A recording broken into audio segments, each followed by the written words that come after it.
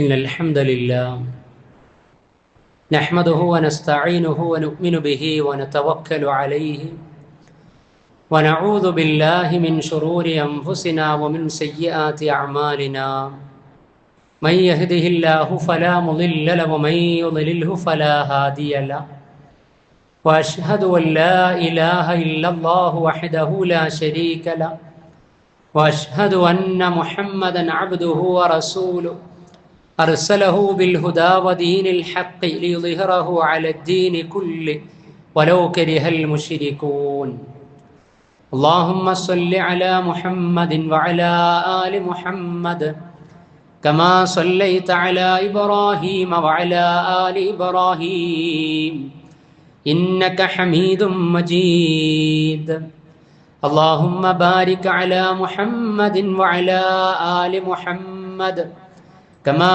باركت على إبراهيم وعلى آل إبراهيم إنك حميد مجيد أما بعد فإن خير الكلام كلام الله وخير السنن سنن محمد صلى الله عليه وسلم وشر الأمور محدثاتها وكل محدثة بدعة وكل بدعة ضلالة وكل ضلالة في النار يا أيها الذين آمنوا اتقوا الله حق تقاته ولا تموتن إلا وأنتم مسلمون أعوذ بالله من الشيطان الرجيم بسم الله الرحمن الرحيم وما أرسلناك إلا رحمة للعالمين اللهم رب اشرح لي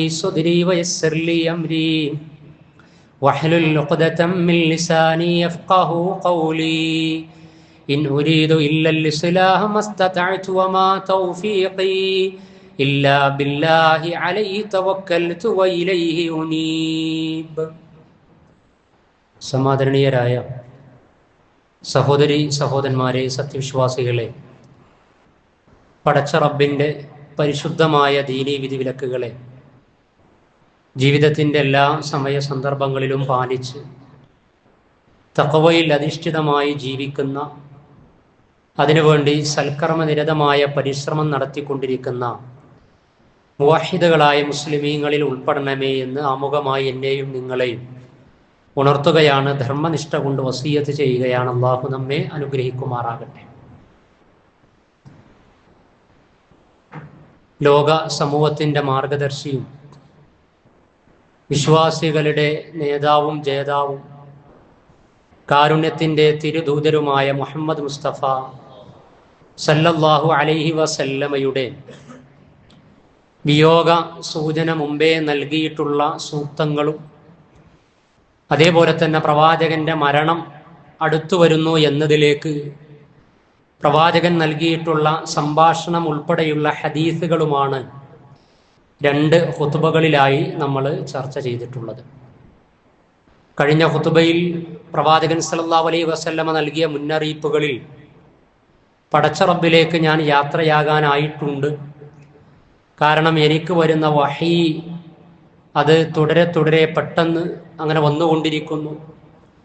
അതേപോലെ വിശുദ്ധ ഖുർആനിൻ്റെ പാരായണം പ്രതിവർഷം ജിബ്രീൽ ഒരു തവണയാണ് നടത്താറുള്ളത്. എന്നാൽ മരണത്തോടടുത്ത വർഷത്തിൽ 2 തവണ പ്രവാചകന്റെ ഖുർആൻ പാഠം ജിബ്രീൽ നോക്കി. അതേപോലെ തന്നെ ഇഅ്തികാഫ് പ്രതിവർഷം 10 ദിനമായിരുന്നു എങ്കിൽ 20 ദിനങ്ങളിൽ പ്രവാചകൻ സല്ലല്ലാഹു അലൈഹി വസല്ലമ ഇഅ്തികാഫ് ഇരുന്നു. പരിശുദ്ധ ഹജ്ജ് കർമ്മം നിർവഹിക്കുന്നതിനിടയിൽ ഇടക്കിടക്ക് പ്രവാചകൻ പങ്കുവച്ചു, ലഅല്ലി ലാ അൽഖാകും ലഅല്ലി ലാ അദ്രി ലാ അൽഖാകും, വരുന്ന വർഷങ്ങളിൽ ഞാൻ നിങ്ങളുടെ കൂടെ ഉണ്ടാകുമോ കണ്ടുമുട്ടുമോ എന്ന് എനിക്കറിയില്ല, അതുകൊണ്ട് ഇന്നിന്ന കാര്യങ്ങളൊക്കെ നിങ്ങൾ എന്നിൽ നിന്ന് ശ്രദ്ധിക്കണേ, സ്വീകരിക്കണേ, പകർത്തേണമേ എന്ന് പറഞ്ഞു. ഹജ്ജ് കർമ്മം നിർവഹിക്കുന്നതിനിടക്ക് അയ്യാമുത്ത് ശരീഖിന്റെ ദുൽഹജ്ജ് 12-ന് വിശുദ്ധ ഖുർആനിലെ 110-ാം അധ്യായം സൂറത്തുൻ നസ്റിന്റെ അവതരണം കൂടി ഉണ്ടായി. ഇതെല്ലാം പ്രവാചകൻ സല്ലല്ലാഹു അലൈഹി വസല്ലമയുടെ വിയോഗം അടുത്തിരിക്കുന്നു എന്നതിലേക്കുള്ള സൂചനകൾ പ്രവാചകൻ അറിയിച്ചതായിരുന്നു. ഇന്ന് പ്രവാചകന്റെ മരണത്തിന്റെ തൊട്ടു മുമ്പുള്ള ദിനങ്ങളിൽ പ്രവാചകൻ നടത്തിയിട്ടുള്ള സംഭാഷണങ്ങൾ, അതിലെ സംഭവങ്ങൾ, സംസാരങ്ങൾ, സന്ദേശങ്ങൾ, പ്രവാചകൻ സല്ലല്ലാഹു അലൈഹി വസല്ലമ നൽകിയ താക്കീതുകൾ, സുവിശേഷങ്ങൾ, സാരോപദേശങ്ങൾ, അതിലെ ചില കാര്യങ്ങളാണ് ഇൻഷാ അല്ലാഹ് പറയുവാൻ സൂചിപ്പിക്കുന്നത്. സമയമെടുത്ത് സംസാരിക്കേണ്ട വിഷയമാണ്. അങ്ങനെയെങ്കിലും പ്രവാചകന്റെ വേർപാടിനോടനുബന്ധിച്ച് അവസാന ദിനങ്ങളിൽ എന്തൊക്കെയാണ് ആമുഖമായി ഓതിവെച്ച ആയത്തിൽ അള്ളാഹു അറിയിച്ചതുപോലെ വമാ അർസൽനാക ഇല്ലാ റഹ്മത്തൽ ലിൽ ആലമീൻ, ലോകർക്ക് കാരുണ്യമായി കടന്നു വന്ന കാരുണ്യത്തിന്റെ തിരുദൂതർ ഈ ലോകത്തോട് വിട പറയുന്ന സമയത്ത് സംഭവിച്ചത് എന്തൊക്കെയാണ്? പ്രവാചകൻ സല്ലല്ലാഹു അലൈഹി വസല്ലമ പങ്കുവെച്ച കാര്യങ്ങൾ എന്തൊക്കെയാണ്? എപ്പോഴായിരുന്നു പ്രവാചകന്റെ വേർപാടുണ്ടായത്? ആ വേർപെട്ട് പോകുന്നതിന് മുമ്പ്, ഇഹലോകവാസം വെടിയുന്നതിന് മുമ്പ് ഉള്ള ദിനങ്ങളിൽ പ്രവാചകൻ സല്ലല്ലാഹു അലൈഹി വസല്ലമയുടെ നടപടിക്രമങ്ങളും ചര്യകളും ഒക്കെ എന്തൊക്കെയായിരുന്നു എന്നതിനെ സംബന്ധിച്ചുള്ള ആലോചനയാണ്. ഹിജറ 11-ാം വർഷം, പ്രവാചകൻ മരണപ്പെട്ട വർഷമാണ്. ഹിജറ 11-ാം വർഷം സഫർ മാസത്തിൽ, മുഹറം കഴിഞ്ഞാൽ 2-ാമത്തെ മാസം സഫറാണ്, 3-ാമത്തെ മാസമാണ് റബീഉൽ അവ്വൽ. റബീഉൽ അവ്വലിലാണ് പ്രവാചകൻ ഈ ലോകത്തോട് വിട പറഞ്ഞത്, റബീഉൽ അവ്വൽ 12-ന്. അപ്പൊ 2-ാമത്തെ മാസം ഹിജറ വർഷത്തിൽ റബീഉൽ അവ്വലിന്റെ തൊട്ടു മുമ്പ് ഹിജറ 11-ാം വർഷം സഫർ മാസത്തിന്റെ പ്രാരംഭത്തിൽ പ്രവാചകൻ സല്ലല്ലാഹു അലൈഹി വസല്ലമ ഉഹുദിൽ ഖബറടക്കം ചെയ്യപ്പെട്ട രക്തസാക്ഷികളുടെ ഖബറുകൾ സന്ദർശിച്ചു. ആ സന്ദർശനത്തിന് ശേഷം പ്രവാചകൻ സല്ലല്ലാഹു അലൈഹി വസല്ലമ തിരിച്ചു വരികയും മിമ്പറിൽ കയറിക്കൊണ്ട് പ്രവാചകൻ സഹാബികൾക്ക് ഉപദേശം കൊടുത്തു. എന്നിട്ട് പ്രവാചകൻ അതിലും സൂചന നൽകി വളരെ അടുത്തിരിക്കുകയാണ്. ഞാൻ നിങ്ങൾക്ക് മുമ്പേ പോകാനിരിക്കുന്നു, ഞാൻ നിങ്ങൾക്ക് സാക്ഷ്യം വഹിക്കുന്നതാണ്. അല്ലാഹു സുബ്ഹാനഹു വ തആല എനിക്ക് നൽകുന്ന ഹൗദുൽ കൗസർ ഞാനിതാ കാണുന്നു. ആകാശഭൂമികളുടെ ഖജനാവിന്റെ താക്കോൽ എൻ്റെ കയ്യിലെത്തിയതായി എനിക്ക് തോന്നുകയാണ്. എന്നാൽ ഞാൻ നിങ്ങളിൽ ഭയപ്പെടുന്നത്, ഞാൻ നിങ്ങളെ സംബന്ധിച്ച് ഭയപ്പെടുന്നത് ദുനിയാവിന്റെ വിഷയത്തിൽ നിങ്ങൾ മത്സരത്തിലാകുന്നതിനെയാണ് ഞാൻ ഭയപ്പെടുന്നത് എന്നാണ്. പ്രവാചകൻ അന്ന് ഭയപ്പെട്ട ദുനിയാവിന് വേണ്ടിയുള്ള മത്സരത്തിനിടക്ക് പാരത്രികമായ അനശ്വരമായ ജീവിതത്തിലേക്ക് വേണ്ട പലതും മറന്നുകൊണ്ടിരിക്കുന്ന കാഴ്ചകളുടെ പരിണിത ഫലമായിക്കൊണ്ട് ഈ ഉമ്മത്ത് എവിടേക്ക് എത്തിക്കൊണ്ടിരിക്കുന്നു എന്ന് ആലോചിക്കണം. കാരണം ദുനിയാവിന്റെ മത്സരത്തിലാണ് ഭരണാധികാരികളൊക്കെ ഐഹികമായ പ്രൊജക്റ്റുകൾക്കിടക്ക് പരലോകത്ത് ചോദ്യം ചെയ്യപ്പെടുന്ന, വേർപെട്ടു പോകുന്ന മനുഷ്യരുടെ വിഷയത്തിൽ നീതിയുടെ നിലപാടുകൾ സ്വീകരിക്കാൻ കഴിയാതെ പോവുകയാണ്. ഹറാമിലേക്ക് ഒരു വിഭാഗം കുത്തിക്കൊണ്ടിരിക്കുകയാണ്. അരാജകത്വങ്ങൾ നിറഞ്ഞുകൊണ്ടിരിക്കുകയാണ്. ദുനിയാവുമായി ബന്ധപ്പെട്ട വിഷയത്തിൽ അങ്ങേയറ്റം സമയം ചെലവഴിച്ചു കൊണ്ടിരിക്കുകയാണ്. പൊടുന്നനെയുള്ള മരണത്തെ പ്രതീക്ഷിക്കാതെ അതിൽ അശ്രദ്ധ കാണിച്ചു കൊണ്ടിരിക്കുകയാണ്. പ്രവാചകൻ സല്ലല്ലാഹു അലൈഹി വസല്ലമ മരണപ്പെടുന്നതിന്റെ ഒരു മാസം മുമ്പ് മിമ്പറിൽ കയറിക്കൊണ്ട് സഹാബികളെ ഓർമ്മപ്പെടുത്തിയതും ആ വിഷയത്തിലാണ്. പിന്നീട് ആ രാത്രിയുടെ അർദ്ധഭാഗം, അതേ മാസത്തിൽ തന്നെ രാത്രി പിന്നിട്ടപ്പോൾ അതിന്റെ അർദ്ധഭാഗത്ത് വെച്ച് പ്രവാചകൻ സല്ലല്ലാഹു അലൈഹി വസല്ലമക്ക് അന്നേ വരെ ശക്തിയായ പിന്തുണ നൽകിയ പ്രവാചകന്റെ പ്രിയങ്കരായ സഹ അനുചരന്മാരിൽ പലരെയും മറമാടിയിട്ടുള്ള ബഖീഅയിലേക്ക്, ബഖീഅ എന്ന ശ്മശാനത്തിലേക്ക് പ്രവാചകൻ സല്ലല്ലാഹു അലൈഹി വസല്ലമ ചെല്ലുകയാണ്. എന്നിട്ട് അവർക്ക് വേണ്ടി പ്രവാചകൻ പാപമോചന പ്രാർത്ഥനയും നടത്തി. അങ്ങനെ സഫറിന്റെ അവസാനത്തിലേക്ക് എത്തുന്നു. സഫർ 28 29 എന്ന് ഏതായിരുന്നാലും സഫറിന്റെ അവസാനം പ്രവാചകൻ അതാ വീണ്ടും ബഖീഅയിൽ ചെന്ന് ഒരു മയ്യത്ത് സംസ്കരണത്തിൽ പങ്കെടുത്ത് തിരിച്ചു വരുന്ന സമയത്ത് പ്രവാചകന് തലവേദന ഉണ്ടാവുകയാണ്. ശക്തമായ തലവേദന ഉണ്ടായി. പ്രവാചകൻ സല്ലല്ലാഹു അലൈഹി വസല്ലമ വീട്ടിലെത്തി ആയിഷ റളിയല്ലാഹു അൻഹയോട് തന്റെ പ്രയാസങ്ങൾ പങ്കുവെക്കുന്ന സമയത്ത് തിരിച്ച് ആയിഷ റളിയല്ലാഹു അൻഹയും പറയാണ്. ഹദീസിൽ അൻ ആയിഷത റളിയല്ലാഹു അൻഹ ഖാലത് റജഅ റസൂലുള്ളാഹി സ്വല്ലല്ലാഹു അലൈഹി വസല്ലം മിനൽ ബഖീഇ, പ്രവാചകൻ ബഖീയിൽ നിന്ന് വരുന്ന സമയത്ത് ആദ്യം ആയിഷ റളിയല്ലാഹു അൻഹ പ്രവാചകൻ സല്ലല്ലാഹു അലൈഹി വസല്ലമയോട് പറഞ്ഞു, ഫവജദനി വഅന അജിദു സുദാഅൻ ഫീ റഅസി, എനിക്ക് പ്രവാചകരെ വല്ലാത്ത തലവേദനയുണ്ട് എന്ന്.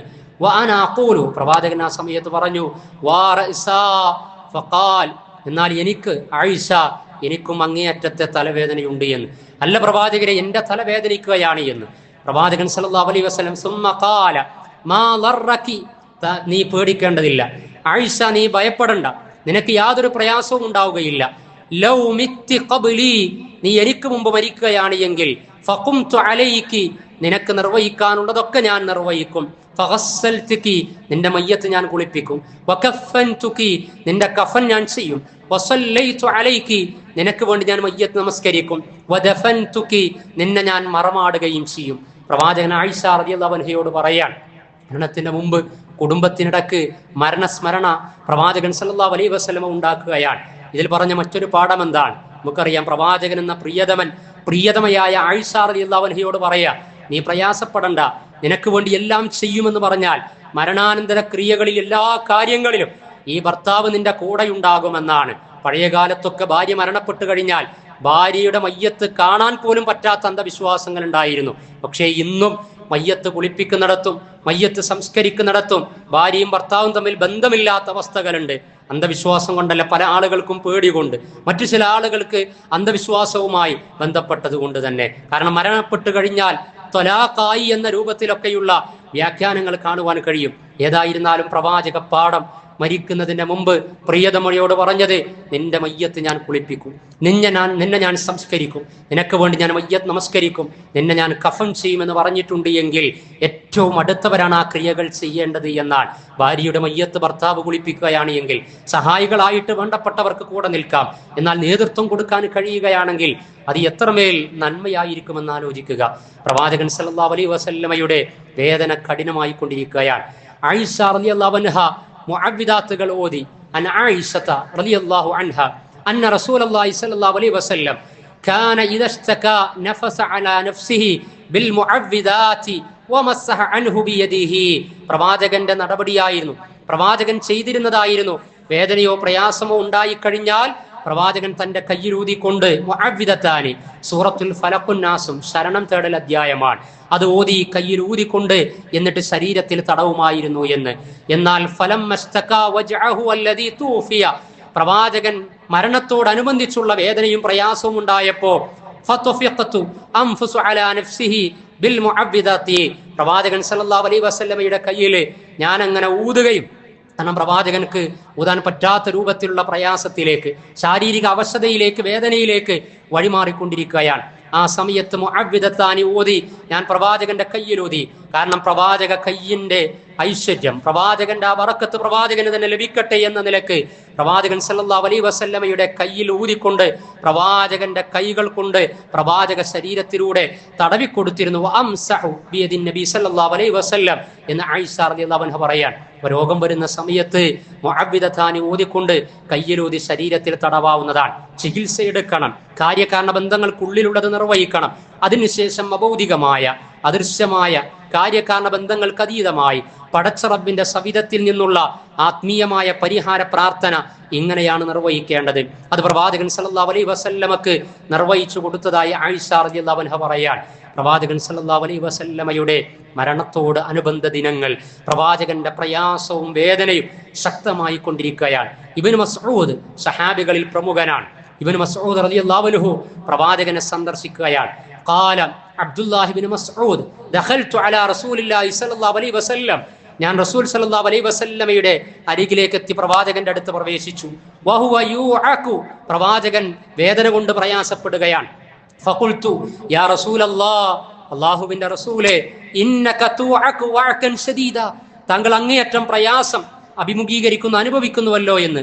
ഫഖാല റസൂലുള്ളാഹി സ്വല്ലല്ലാഹു അലൈഹി വസല്ലം, പ്രവാചകൻ പ്രതിവചിച്ചു, അജൽ, അതെ, ഇന്നി ഉഅഖു കമാ യുഅഖു റജുലാനി മിൻകും, നിങ്ങളിലെ രണ്ടു പേർക്ക് മരണത്തോടനുബന്ധ സമയത്ത് ഉണ്ടാകുന്ന വേദന ഞാൻ ഒറ്റക്ക് അനുഭവിച്ചുകൊണ്ടിരിക്കുകയാണ്. ഇബ്നു മസ്ഊദ് ഫഖുൽതു ദാലിക അന്ന ലക അജ്റൈൻ, പ്രവാചകരെ, താങ്കൾക്ക് രണ്ടുപേരുടെ പ്രതിഫലവും ലഭിക്കുമല്ലോ എന്ന്. ഫഖാല റസൂലുള്ളാഹി സ്വല്ലല്ലാഹു അലൈഹി വസല്ലം, പ്രവാചകൻ മറുപടി പറഞ്ഞു, അജൽ, അതേ എന്ന്. സുമ്മ ഖാല, പിന്നെ പ്രവാചകൻ സല്ലല്ലാഹു അലൈഹി വസല്ലം പറയുകയാണ്, അതാണ് നമുക്കുള്ള ഉപദേശം, അതാണ് ഈ ഉമ്മത്തികൾക്കുള്ള ഉപദേശം, അതാണ് ആ സമയത്ത് പ്രവാചകൻ പങ്കുവച്ചതിൽ നമുക്ക് പാഠമുള്ളത്. റസൂലുള്ളാഹി സ്വല്ലല്ലാഹു അലൈഹി വസല്ലം, മാ മിൻ മുസ്ലിമിൻ യുസീബുഹു അദം മിൻ മറദിൻ, ഏതെങ്കിലും ഒരു മുസ്ലിമിന് ഏത് കാലത്താകട്ടെ, ഏത് സമയത്താകട്ടെ, ഏത് രോഗമാകട്ടെ, അദം മിൻ മറദിൻ, ഏതെങ്കിലും ഒരു അസുഖത്തിൽ നിന്ന്, ഏതെങ്കിലും ഒരു രോഗത്തിൽ നിന്ന് എന്തെങ്കിലും ബുദ്ധിമുട്ടോ പ്രയാസമോ പരീക്ഷണമോ ഉണ്ടായിക്കഴിഞ്ഞാൽ, ഫമാ സിവാഹു, അതേപോലെയുള്ളത്, അതിനെ കൂടാതെ, ഇല്ലാ ഹത്തല്ലാഹു ലഹു സയ്യിആതിഹി കമാ തുഹത്തു അശ്ശജറതു വറഖഹാ. മരത്തിൽ നിന്ന് ഇലകൾ പൊഴിയുന്നത് പോലെ ആ രോഗം ബാധിച്ച് അതിൽ ക്ഷമയുടെ ഹുസ്നുൽ ക്ഷമ അവലംബിച്ച് സദ്വിചാരത്തോടുകൂടി സഹനം അവലംബിച്ച മുസ്ലിമിന് അല്ലാഹു സുബ്ഹാനഹു വ തആല മരത്തിൽ നിന്ന് ഇലകൾ പൊഴിയുന്നത് പോലെ പാപങ്ങൾ പരിഹരിക്കപ്പെടും, പാപങ്ങൾ പുറത്തു കൊടുക്കപ്പെടുമെന്നാണ്. വലിയ അസുഖം ബാധിച്ച് ഈ ലോകത്തോട് വിട പറയുന്ന സമയത്ത് നമ്മുടെ ഭാര്യയാകാം, നമ്മുടെ ഭർത്താവാകാം, നമ്മുടെ സഹോദരനാകാം, നമ്മുടെ സഹോദരിയാകാം, മകളാകാം, മകനാകാം, വേണ്ടപ്പെട്ട ആരുമാകാം, സദ്വിചാരം അവർക്കും നമുക്കും ഉണ്ടാകണം. പടച്ച റബ്ബിന്റെ പരീക്ഷണത്തിലാണ്. ഇനി വലിയ ഒരു തുറവിയിലേക്ക് പോകാനിരിക്കുകയാണ്. പാപക്കറകളൊക്കെ നീങ്ങി നിഷ്കളങ്കമായ നിഷ്കപടമായ മനസ്സുമായി ആത്മസംസ്കരണം സിദ്ധിച്ചു പോകാനുള്ള അവസരം അള്ളാഹു എന്റെ പ്രിയതമന് നൽകിയിരിക്കുകയാണ്. അള്ളാഹു എന്റെ പ്രിയതമക്ക് നൽകിയിരിക്കുകയാണ്. അള്ളാഹു എന്റെ ഉമ്മാക്ക് നൽകിയിരിക്കുകയാണ്. അള്ളാഹു എന്റെ ഉപ്പാക്ക് നൽകിയിരിക്കുകയാണ്. പരിചരണം ഞാൻ നന്നാക്കണം, പ്രാർത്ഥന നൽകണം. അവരെന്തൊക്കെ ഈ വിഷയത്തിൽ സഹിച്ചാലും അതിനൊക്കെ പകരം പടച്ച റബ്ബ് പാപമോചനത്തിലൂടെയും അതിലുപരിയായും ആത്മീയ ലോകത്ത് നൽകുമെന്ന പ്രത്യാശ, അതിനാണ് ഹുസ്നുൽ അത് വിട പറയുന്ന സമയത്ത് പ്രവാചകൻ പ്രത്യേകം പറഞ്ഞതാണ്. സദ്വിചാരത്തോടു കൂടിയല്ലാതെ നിങ്ങൾ ഈ ലോകം വിട്ട് പിരിയരുതേ എന്ന് പ്രവാചകന്റെ അവസാന ദിനങ്ങളിലെ സാരോപദേശമാണ്. പ്രവാചകൻ സല്ലല്ലാഹു അലൈഹി വസല്ലമയുടെ വേദന കാണുകയാണ്. ഫാത്തിമ റളിയല്ലാഹു അൻഹ കടന്നു വരികയാണ്. ആ കടന്നു വരവിനെ സംബന്ധിച്ച് പ്രിയതമയായ ആയിഷ റളിയല്ലാഹു അൻഹ പറയുന്നുണ്ട്, അൻ ആയിഷത ഖാലത് അഖ്ബലത് ഫാത്തിമ, അങ്ങനെ ഫാത്തിമ വരികയാണ് വീട്ടിലേക്ക്. തംശി കഅന്ന മശ്യതഹാ മശ്യൻ നബി സല്ലല്ലാഹു അലൈഹി വസല്ലം, പ്രവാചകന്റെ മകൾ, പ്രവാചകന്റെ പകർപ്പാണ്. ഫാത്തിമ റളിയല്ലാഹു അൻഹ നടക്കുന്നത് കണ്ടാൽ പ്രവാചകനാണ് നടക്കുന്നത് എന്ന് തോന്നിപ്പോകും. കാരണം കഅന്ന മശ്യതഹാ, അവളുടെ നടത്തം, ഫാത്തിമ റളിയല്ലാഹു അൻഹയുടെ നടത്തം മശ്യൻ നബി സല്ലല്ലാഹു അലൈഹി വസല്ലം, പ്രവാചകന്റെ നടത്തം പോലെയായിരുന്നു എന്നാണ്. ഏതായാലും ഫാത്തിമ വന്നുകൊണ്ട് പ്രവാചകനെ പിതാവിനെ കാണുന്ന സമയത്ത് അൻ അനസിൻ ഫഖാലത് ഫാത്തിമ വാ കർബാബാ, എന്റെ പിതാവ് എത്ര വേദനയാണ് സഹിക്കുന്നത്.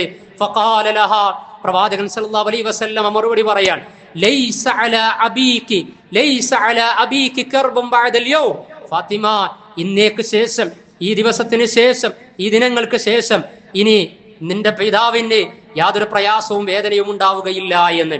അങ്ങനെ ഫാത്തിമ റളിയല്ലാഹു അൻഹയെ ചേർത്ത് പിടിച്ചുകൊണ്ട് വരാൻ പറഞ്ഞ് ആ ചെവിയിലേക്ക് രഹസ്യം പറയുകയാണ് പ്രവാചകൻ. ഫഖാല നബി സല്ലല്ലാഹു അലൈഹി വസല്ലം മർഹബൻ ബിക് ബിനതൈ, എന്റെ പൊന്നുമോളെ ഇങ്ങ് അടുത്ത് വാ, നിനക്ക് സ്വാഗതം. സുമ്മ അസറ ഇലൈഹാ ഹദീസൻ, എന്നിട്ട് പ്രവാചകൻ സല്ലല്ലാഹു അലൈഹി വസല്ലം രഹസ്യം പറയാൻ ഫാത്തിമ റളിയല്ലാഹു അൻഹയുടെ മകളുടെ ചെവിയിലേക്ക്. ഫബക്കത്, ആദ്യം പറഞ്ഞത് കേട്ടപ്പോ ഫാത്തിമ റളിയല്ലാഹു അൻഹ കരയുകയാണ്. സുമ്മ ലഹികത്, പിന്നെ ഫാത്തിമ റളിയല്ലാഹു അൻഹ ചിരിക്കുകയാണ്. ആ സമയത്ത് ആ രഹസ്യം പങ്കുവച്ചില്ല. പ്രവാചകൻ മരണപ്പെട്ടതിന് ശേഷം പിന്നീട് ഒരിക്കൽ ആയിഷ റളിയല്ലാഹു അൻഹ ചോദിച്ചു, എന്റെ പ്രിയതമൻ, നിന്റെ പിതാവ് പ്രവാചകൻ സല്ലല്ലാഹു അലൈഹി വസല്ലമ മരണസമയത്ത് നിന്നോട് ചില കാര്യങ്ങൾ പറഞ്ഞപ്പോ ആദ്യം നീ ചിരിക്കുകയും പിന്നീട് നീ കരയുകയും ചെയ്തല്ലോ, അതെന്തായിരുന്നു ഫാത്തിമ എന്ന് ചോദിച്ചു. ആ സമയത്ത് പ്രവാചകൻ സല്ലല്ലാഹു അലൈഹി വസല്ലമ പറഞ്ഞത് ഫാത്തിമ റളിയല്ലാഹു അൻഹ പങ്കുവച്ചു. പ്രവാചകൻ എന്നെ അങ്ങനെ ചേർത്ത് പിടിച്ചുകൊണ്ട് പറഞ്ഞു, ഫാത്തിമ, ഈ പിതാവ് അനുഭവിക്കുന്ന ഈ വേദനമുണ്ടല്ലോ, ഇത് മരണത്തിന്റെ അസുഖമാണ്, ഇത് മരണത്തിന്റെ വേദനയാണ് ഫാത്തിമ. ഹലറ അജലി, എന്റെ അവധി എത്തിയിരിക്കുകയാണ്.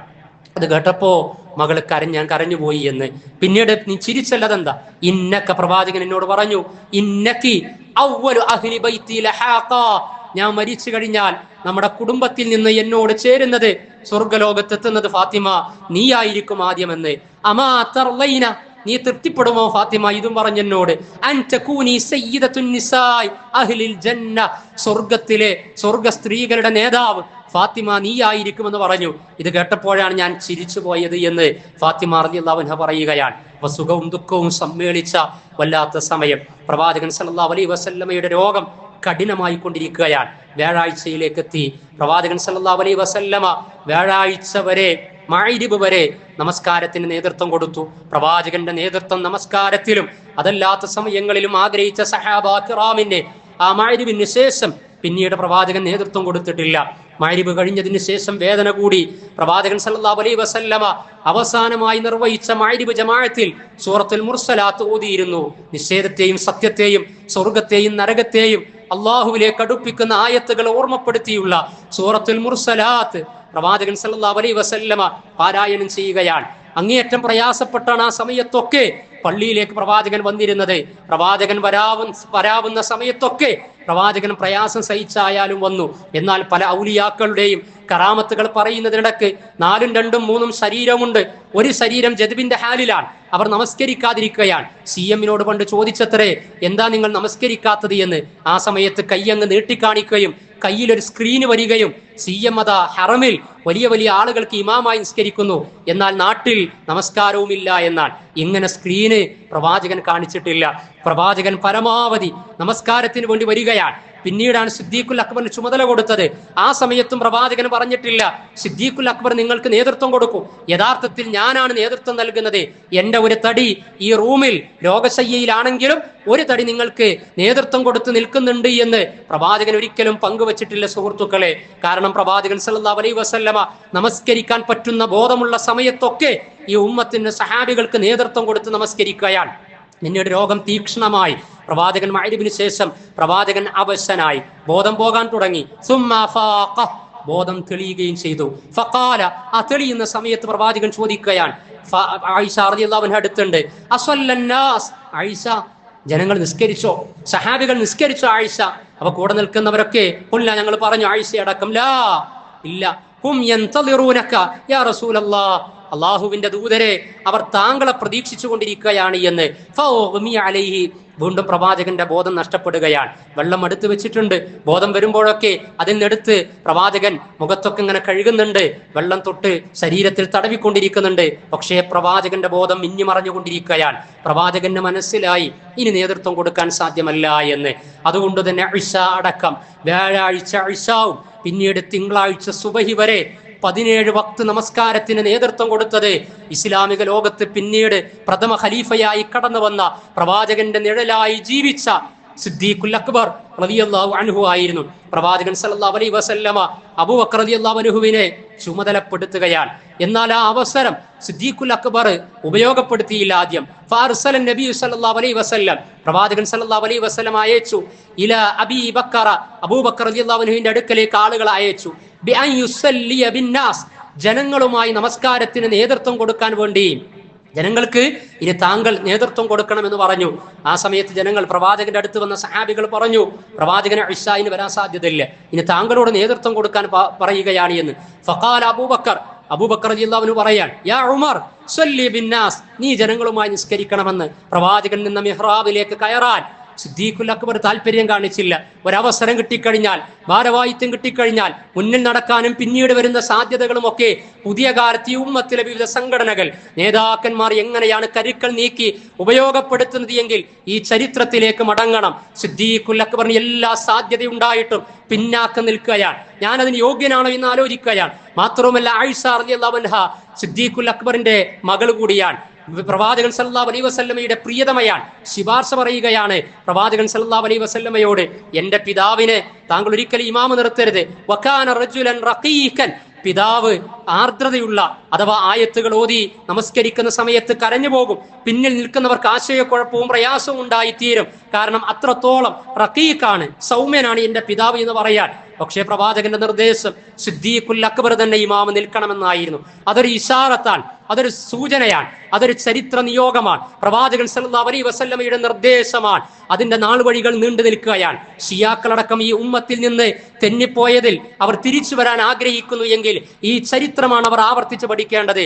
ഇസ്ലാമിക ലോകത്തിന്റെ ഒന്നാമത്തെ ഖലീഫ അലി റളിയല്ലാഹു അൻഹു, അലി റളിയല്ലാഹു അൻഹു അവകാശപ്പെട്ടതാണ് എന്ന് അന്യായമായ ചരിത്ര വിരുദ്ധമായ അവകാശം ഉന്നയിക്കുന്ന ആളുകൾ പ്രവാചകൻ സല്ലല്ലാഹു അലൈഹി വസല്ലമയുടെ മരണത്തിന്റെ അവസാന ദിനങ്ങളിലെ പ്രത്യേക നിർദ്ദേശങ്ങളിലും അനുഷ്ഠാന മുറകൾക്ക് നേതൃത്വം കൊടുക്കുന്നതിലും അതേപോലെ തന്നെ പ്രവാചകന്റെ അടുത്ത് വന്നുകൊണ്ട് ഒരു സഹാബ വനിത സംശയം ചോദിക്കുകയാണ്. സംശയം നിവർത്തിച്ചു. ഇനി വല്ലതും ഉണ്ട് എങ്കിൽ പിന്നീട് വന്ന് നീ ചോദിച്ചോ എന്ന് പറഞ്ഞപ്പോ, പ്രവാചകരെ ഇനി വന്ന് ചോദിക്കുന്ന സമയത്ത് താങ്കൾ ജീവിച്ചിരിക്കില്ലെങ്കിൽ ഞാൻ എന്താണ് ചെയ്യുക എന്ന് ചോദിച്ചപ്പോ അവിടെയും പ്രവാചകൻ പ്രതിവചിച്ചത്, ഇല്ലം തജിദിനി, നീ എന്നെ കണ്ടിട്ടില്ല എങ്കിൽ ഫദ്ഹബി ഇലാ അബൂബക്കർ, നീ അബൂബക്കർ റളിയല്ലാഹു അൻഹുവിലേക്ക് ചെല്ലണം, അബൂബക്കർ റളിയല്ലാഹു അൻഹുവിനോട് ചോദിക്കണമെന്നാ പറഞ്ഞത്.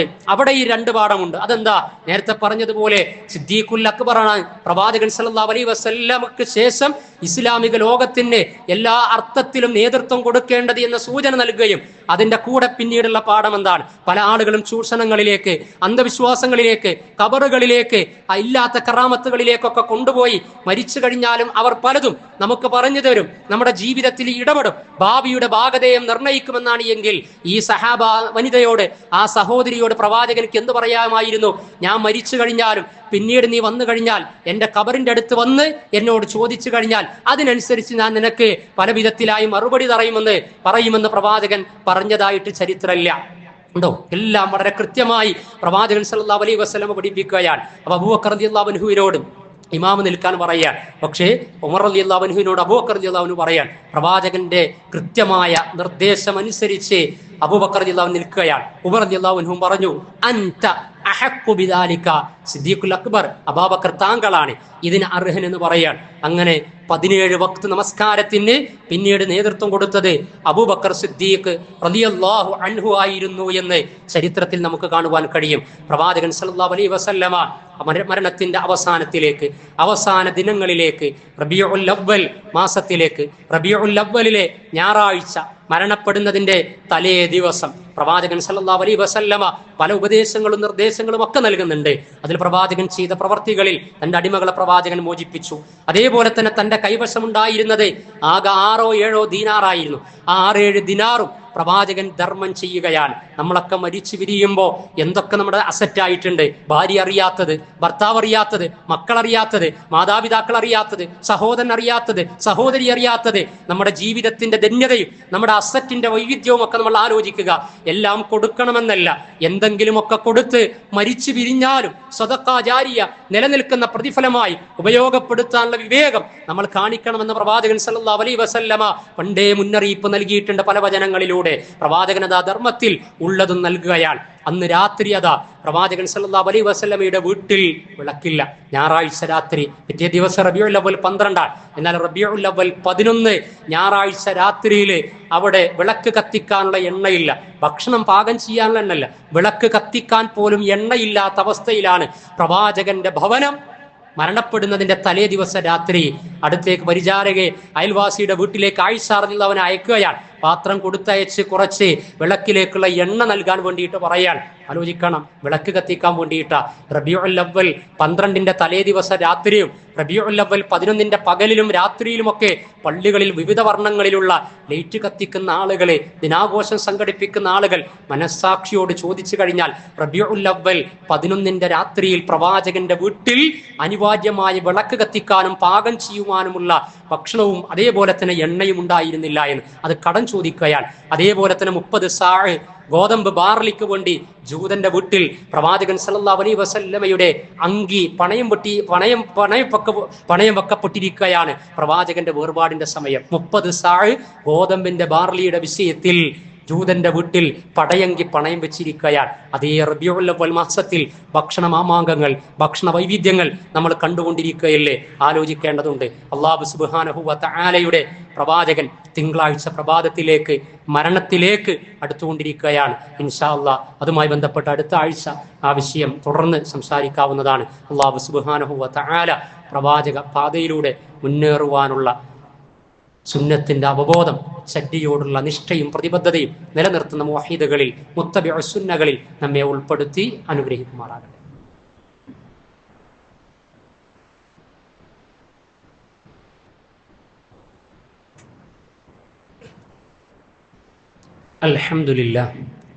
അൽഹംദുലില്ലാഹില്ലദി അൻഅമനാ ബിഹിദായത്തിൽ ഇസ്ലാം വഹുവല്ലദി അക്രമനാ ബിൽ ഖുർആനിൽ കരീം വഹുവല്ലദി അക്രമനാ ബിസ്സുന്നത്തിൽ മുതഹ്ഹറ വസ്സലാത്തു വസ്സലാമു അലാ റസൂലിഹിൽ കരീമിൽ അമീൻ വഅലാ ആലിഹി വസഹ്ബിഹി വമൻ തബിഅഹും ബിഇഹ്സാനിൻ ഇലാ യൗമിദ്ദീൻ. സ്നേഹം നിറഞ്ഞ സഹോദരി സഹോദരന്മാരെ, സത്യവിശ്വാസി വിശ്വാസിനികളെ, പരമകാരുണികനായ പടച്ച റബ്ബിൻ്റെ ദീനി വിധിവിലക്കുകൾക്ക് വഴിപ്പെട്ട് ഐഹിക ജീവിതത്തിലെ ക്ഷേമം അനുഗ്രഹമായും പരലോക ജീവിതത്തിലെ മോക്ഷം അനിവാര്യമായും നേടിയെടുക്കുന്ന മുവഹ്ഹിദുകളും മുത്തഖീങ്ങളും മുത്തവക്കിലീങ്ങളുമാകുന്ന മുസ്ലിമീങ്ങളിൽ ഉൾപ്പെടണമേ എന്ന് രണ്ടാമതൊരിക്കൽ കൂടി എന്നെയും നിങ്ങളെയും ഉണർത്തുകയാണ്. അള്ളാഹു നമ്മെ അനുഗ്രഹിക്കുമാറാകട്ടെ. എല്ലാ ഖുതുബയിലും സംസാരത്തിലും പ്രാർത്ഥനയിലും നമ്മൾ ഉൾപ്പെടുത്താറുള്ള പലസ്തീൻ ഗസ വിഷയത്തിൻ്റെ കാലികമായ അതിലേറ്റവും ലേറ്റസ്റ്റായി നടന്നുകൊണ്ടിരിക്കുന്ന കാര്യങ്ങൾ നമ്മൾ അറിഞ്ഞുകൊണ്ടിരിക്കുന്നു. അവിടെ കരയുദ്ധം തുടങ്ങിക്കഴിഞ്ഞു. ഗസ കണ്ണീരും ചോരച്ചാലുകളുമായി മാറിക്കൊണ്ടിരിക്കുകയാണ്. അതിനിടക്ക് ഒരു ഉച്ചകോടിയൊക്കെ കൂടി പിരിഞ്ഞു. പ്രത്യേക പ്രവർത്തനങ്ങളോ ആസൂത്രണങ്ങളോ സാമ്പത്തിക ഉപരോധമോ നയതന്ത്ര സമ്മർദ്ദമോ മറ്റൊന്നും ബഹിഷ്കരണമോ ഒന്നുമില്ലാത്ത വിധത്തിൽ എന്തൊക്കെയോ ചിലത് ചർച്ച ചെയ്ത് പിരിഞ്ഞുപോയി. കാര്യമാത്രമായതല്ല എന്നത് തെളിയിക്കുന്ന വിധത്തിലാണ് വീണ്ടും സൈനിസത്തിന്റെ സമ്പൂർണമായ ഗസ അധിനിവേശം പറഞ്ഞുകൊണ്ടിരിക്കുന്നത്. ഏതായിരുന്നാലും പ്രാർത്ഥനയാണ് നമ്മൾ നിർവഹിക്കേണ്ടത്. പ്രാർത്ഥിച്ചുകൊണ്ടിരിക്കുക. പ്രാർത്ഥിക്കുമ്പോഴും നമ്മൾ ശ്രദ്ധിക്കേണ്ടത് ബന്ധവിച്ഛേദനങ്ങളൊക്കെ നടത്തിയ ആളുകളെ സംഗമിക്കുന്ന സദസ്സിൽ നിന്ന് ഉയരുന്ന പ്രാർത്ഥന പടച്ചറബി എത്ര സ്വീകരിക്കുമെന്ന് നമ്മൾ ആലോചിക്കേണ്ടതാണ്. അതേപോലെ ഉപജീവനത്തിൽ ഹറാമ് കലർത്തിയിട്ടുണ്ട് എങ്കിൽ അതോടുകൂടി നമ്മൾ പടച്ചറബിനോട് ഗസക്ക് വേണ്ടിയോ കുടുംബത്തിന് വേണ്ടിയോ സമൂഹത്തിന് വേണ്ടിയോ പീഡിതർക്ക് വേണ്ടിയോ പ്രാർത്ഥിച്ചാൽ അതിന് ഉത്തരം ലഭിക്കുമോ ഫലം ലഭിക്കുമോ എന്നുകൂടി നമ്മൾ ആലോചിക്കേണ്ടതുണ്ട്. പലവരുവായി പ്രാർത്ഥിക്കുന്നുണ്ട്. പങ്കെടുക്കുന്നവരൊക്കെ ചിന്തിക്കണം, എൻ്റെ സാന്നിധ്യം ഒരു പ്രാർത്ഥനക്കുള്ള ഉത്തരം നഷ്ടപ്പെടാൻ കാരണമാകരുത്. തൗഹീദും തസ്കിയത്തും ജീവിത വിശുദ്ധിയും സാമ്പത്തിക ഉപജീവന വിശുദ്ധിയും ഉറപ്പുവരുത്തി ജുമഅയിൽ പങ്കെടുത്ത് ഇസ്ലാമിക ഉമ്മത്ത് പീഡിത ജനവിഭാഗമായ ഗസക്ക് വേണ്ടി പീഡിതർക്ക് വേണ്ടി പ്രാർത്ഥിക്കുന്ന പ്രാർത്ഥനകളുടെ ഉത്തരം തീർച്ചയായും ലഭിക്കണമെന്ന അങ്ങേയറ്റത്തെ ചിന്തയോടുകൂടി നമ്മൾ തേടേണ്ടതുണ്ട്. കാരണം ഭരണാധികാരികൾക്ക് പ്രാർത്ഥന പോയിട്ട് മിഡിൽ ഈസ്റ്റിൽ ജോലി ചെയ്യുന്ന വർക്ക് ചെയ്യുന്ന ആളുകൾക്കൊക്കെ അറിയാവുന്നതാണ് അവിടേക്ക് എത്രത്തോളമാണ് പ്രാർത്ഥന ഉള്ളത് എങ്കിൽ. പേടിയാണ് അവർക്ക്. പ്രാർത്ഥിച്ചു കഴിഞ്ഞെങ്ങാനും ഗസയുടെ ഫലസ്തീനിന്റെ വിഷയം കേൾക്കുന്ന ആളുകളിലേക്ക് വന്ന് അതെങ്ങാനും അവരിൽ വല്ലാത്ത വൈകാരികത ഉണ്ടായിക്കഴിഞ്ഞാൽ തങ്ങളുടെ അധികാരം, രാജാക്കന്മാരാണ് അവർ, ഭരണാധികാരികളാണ് അവർ. പ്രവാചകൻ മരിക്കുന്നതിന്റെ മുമ്പ് ഞാൻ ആമുഖമായി ഒന്നാമത്തെ ഖുതുബയിൽ സൂചിപ്പിച്ച ദുനിയാവിന്റെ മത്സരത്തിലാണ് അവര്. മാത്രവുമല്ല പട്ടാള വിപ്ലവത്തിലൂടെയൊക്കെ അധികാരം അന്യായമായി ഏറ്റെടുത്ത ആളുകളാണ് അവർ. അതുകൊണ്ട് ഹുബ്ബുദ്ദുനിയാ വ കറാഹിയത്തുൽ മൗത്ത് അവരെ വേട്ടയാടിക്കൊണ്ടിരിക്കും. ഹുബ്ബുദ്ദുനിയാ, ദുനിയാവിനോടുള്ള പ്രേമം. പ്രവാചകൻ പറഞ്ഞത് ഈ ഉമ്മത്ത് അതപ്പതിക്കാനും എന്തുകൊണ്ടാണ് പലതും ലഭിക്കപ്പെടാതെ പോകുന്നതിന്റെ കാരണം എന്ന് ചോദിച്ചു കഴിഞ്ഞാൽ അത് നേടിയെടുക്കാനുള്ള തസ്കിയത്തും തവക്കുലും ഇല്ലാത്തതിന്റെ കാരണം ഹുബ്ബുദ്ദുനിയാ, ദുനിയാവിനോടുള്ള പ്രമത്തത, ദുനിയാവിനോടുള്ള പ്രേമം. വ കറാഹിയത്തുൽ മൗത്ത്, മരിച്ചു പോകുമോ എന്ന പേടി, മരണത്തോടുള്ള വെറുപ്പും അതേപോലെ ദുനിയാവിനോടുള്ള പ്രേമവും ഇത്രമേൽ പതിതരാക്കി തീർത്തിരിക്കുകയാണ്. അള്ളാഹു സുബ്ഹാനഹു വ തആലയോട് തേടുക, അള്ളാഹു അവർക്ക് അതിജീവനം നൽകുമാറാകട്ടെ. ഗസ സമൂഹത്തിന് അള്ളാഹു വിമോചനം നൽകുമാറാകട്ടെ. കാണുന്ന കാഴ്ചയിൽ സങ്കടമാണെങ്കിലും നമ്മൾ കാണാത്ത കാഴ്ചയിൽ അവർക്ക് അള്ളാഹു അഭൗതികമായ ലോകത്ത് സ്വർഗലോകത്ത് വലിയ സൽക്കാരം നൽകുന്നുണ്ടാകും. അള്ളാഹു അവർ കൊല്ലപ്പെടുന്ന സമയത്ത് അവരുടെ ഇസ്ലാമിയത്ത് ശരിയാണ് എങ്കിൽ, അവരുടെ നീയത്ത് ശരിയാണ് എങ്കിൽ, അവർക്ക് സ്വർഗപ്രവേശനത്തിലുള്ള കണ്ടീഷൻ പാലിച്ചവരാണ് എങ്കിൽ തീർച്ചയായും അള്ളാഹു അവരുടെ കൂടെ ഉണ്ടാകും. അള്ളാഹു സുബ്ഹാനഹു വ തആല അവരുടെ പാപങ്ങൾ പുറത്തു കൊടുത്ത് സ്വർഗലോകത്ത് അവരെ പ്രവേശിപ്പിക്കുമാറാകട്ടെ. ഈ ലോകത്ത് നഷ്ടപ്പെട്ടതിനെല്ലാം അള്ളാഹു സുബ്ഹാനഹു വ തആല ഇരട്ടി ഇരട്ടി പ്രതിഫലവും ഇരട്ടി ഇരട്ടി അനുഗ്രഹങ്ങളും പരലോക ജീവിതത്തിൽ നൽകുമാറാകട്ടെ. ഗസയെ ചോരച്ചാലാക്കിക്കൊണ്ടിരിക്കുന്ന സൈനിസ്റ്റ് സാമ്രാജ്യത്തെ രാഷ്ട്രങ്ങളെ സൈനിസത്തെ അള്ളാഹു നിന്ദ്യമാക്കി തീർക്കുമാറാകട്ടെ. അള്ളാഹു സുബ്ഹാനഹു വ തആല അവരുടെ കുതന്ത്രങ്ങൾ തകർക്കുമാറാകട്ടെ. അള്ളാഹുവേ, നീതിയുടെ, ധർമ്മത്തിന്റെ, മനുഷ്യാവകാശത്തിന്റെ നിലനിൽപ്പിന്റെ നല്ല നാളെ, നല്ല വർത്തമാനങ്ങളെ, നല്ല സന്ദേശങ്ങളെ മുൻഗാമികളിൽ ഇത്രമേൽ പരീക്ഷണ പീഡന സാഹചര്യങ്ങൾ നീ നൽകിയതുപോലെ നീ അറിയിക്കുകയും നിന്റെ നടപടിക്രമങ്ങളിലൂടെ നീ അത് നിർവഹിക്കുകയും ചെയ്യണമേ നാഥ. അള്ളാഹുവെ, ഞങ്ങളിൽ നിന്ന് മരണപ്പെട്ടവർക്ക് നീ മഗ്ഫിറത്തും റഹ്മത്തും പ്രദാനം ചെയ്യണമേ റബ്ബേ. പലവിധ അസുഖങ്ങളാൽ ഹോസ്പിറ്റലിൽ അഡ്മിറ്റ് ചെയ്യപ്പെട്ട് ചികിത്സ അഭിമുഖീകരിച്ചു കൊണ്ടിരിക്കുന്നവർ അള്ളാഹു അവർക്ക് നീ ശമനം നൽകണമേ നാഥ. KNM-ന്റെ ഉത്തരവാദിത്തപ്പെട്ട നേതാവും ഇസ്ലാഹി ചാരിറ്റബിൾ ട്രസ്റ്റിന്റെ ട്രഷററുമായ സി മഹ്മൂദ് സാഹിബ് സുഖമില്ലാതെ ഹോസ്പിറ്റലിൽ ചികിത്സയിലാണ്. അള്ളാഹു സുബ്ഹാനഹു വ തആല ആരോഗ്യം പ്രദാനം ചെയ്യുമാറാകട്ടെ, ശമനം നൽകുമാറാകട്ടെ.